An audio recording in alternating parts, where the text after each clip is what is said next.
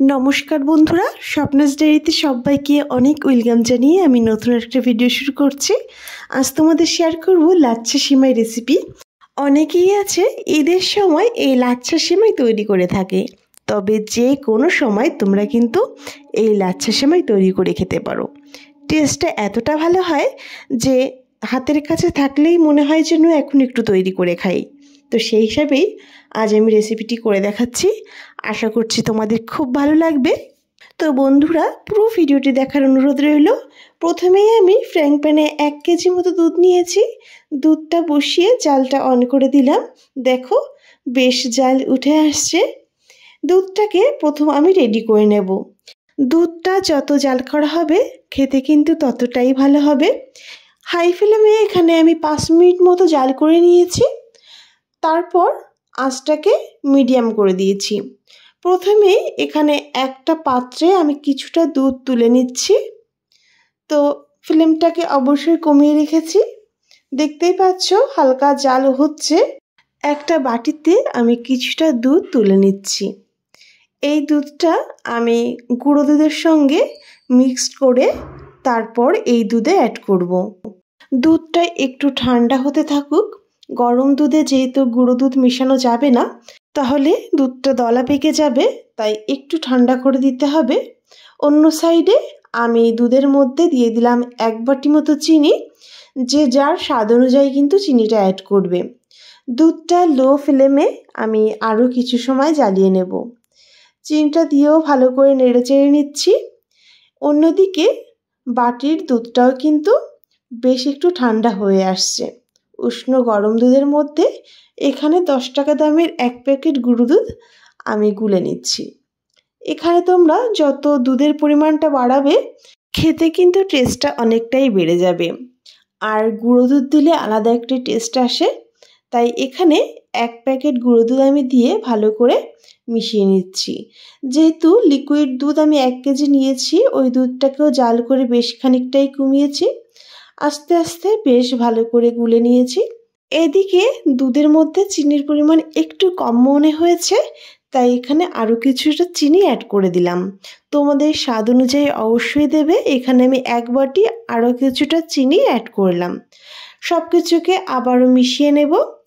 এবার এখানে দিয়ে দিচ্ছি সামান্য লবণ।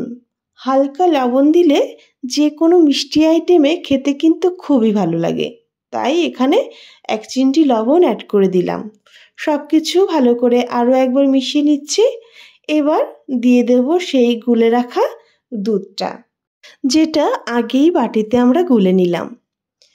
সেই দুধটা দিয়ে ভালো করে মিশিয়ে নেব। এই গুঁড়ো দুধটা দেওয়ার পরে কিন্তু দুধের ঘনত্বটা আরও বেড়ে যায়। আর দুধের কিন্তু ফ্লেমটা অন করা আছে, যেহেতু লো টু মিডিয়ামে দেওয়া রয়েছে, তাই আঁচটা বেশি ফুটছে না, কিন্তু দুধে জাল হচ্ছে। এইভাবে ভালো করে মিশিয়ে নিলাম।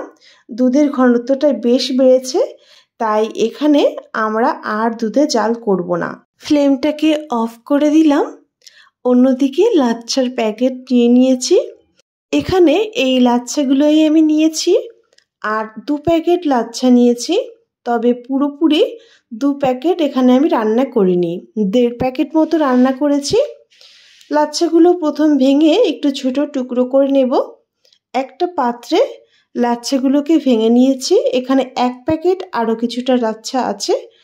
অন্যদিকে চলে আসছি কড়াইতে দিয়ে দিলাম 2 চামচ মতো ঘি আর কিছু ড্রাই ফ্রুটস নিয়েছি, কাজু আর কিশমিশ।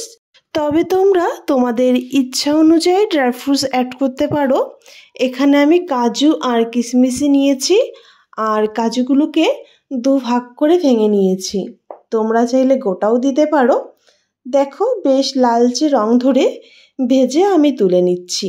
বেশ লালচে রং ধরেছে এবং তুলে নিলাম। সেই কড়াইতে আরও 2 চামচ মতো ঘি দিয়েছি। গরম হয়ে যাওয়ার পর সেই ভেঙে রাখা লাচ্ছাগুলো দিয়ে দিলাম। অনবরত নেড়ে চেড়ে লাচ্ছাগুলোকে খুব ভালো করে ভেজে নেব। আর ফ্লেমটাকে লো টু মিডিয়ামে রেখেই কিন্তু লাচ্ছাগুলো ভাজতে হবে, তা না হলে পুড়ে যেতে পারে। তাই একদম লো টু মিডিয়ামে রেখেই 5 থেকে 7 মিনিট ধরে একটু কালার আসা পর্যন্ত অনবরত নেড়েচেড়ে ভেজে নিচ্ছি। তোমাদের আমি 5 মিনিট পর দেখাচ্ছি। এই অবস্থায় দেখো লাচ্ছাগুলো বেশ কালার ধরেছে এবং খুব সুন্দর ভাজাও হয়েছে। অনবরত নেড়েচেড়ে খুব ভালো করে ভেজে নিলাম। এইবার আমি পাত্রে পাত্রে লাচ্ছাগুলো নামিয়ে নিচ্ছি। যে পাত্রে তোমরা লাচ্ছাগুলো নামাবে সেখানেই কিন্তু লাচ্ছাটা তৈরি হয়ে যাবে। অন্যদিকে কিন্তু যে দুধটা জাল করে রেখেছিলাম ফ্লেমটাকে অফ করে, সেটা কিন্তু ধোয়াটা গরমটা নেই, কিন্তু গরম আছে। ধোয়াটা গরম অবস্থায় কিন্তু লাচ্ছা তৈরি করা যাবে না। যখন এইরকম ধোয়াটা গরমটা থাকবে না তখন লাচ্ছার উপর দিয়ে দিতে হবে। যদি বেশি গরম থাকে তাহলে লাচ্ছাগুলো একদম নেতিয়ে পড়বে, খেতে কিন্তু ভালো লাগবে না। তাই এইরকম ধোয়াটা গরম না থাকা অবস্থায় লাচ্ছার উপর দিয়ে দিয়েছি। তো দেখতেই পাচ্ছ লাচ্ছাটাকে একটু ডুবিয়ে দিলাম আর উপরে দিয়ে দিলাম ভেজে রাখা কাজু আর কিশমিশ। লাচ্ছা তৈরি করতে কিন্তু খুবই সহজ, কোনো খাটনিই হয় না। দেখতেই পাচ্ছ কাজু কিশমিশগুলো দিয়ে এবার একটা হাতা দিয়ে কিন্তু কাজু কিশমিশটাও দুধের মধ্যে ডুবিয়ে দেব। দুধটা দিতে হবে যাতে লাচ্ছাটা ডুবে যায় সেই পর্যন্ত। এবার 5 থেকে 10 মিনিট রাখলেই কিন্তু লাচ্ছা আমাদের তৈরি। খুবই সহজ রেসিপি এবং টাইমও খুব কম লাগে। তো বন্ধুরা, আশা করছি তোমাদেরও খুব ভালো লেগেছে।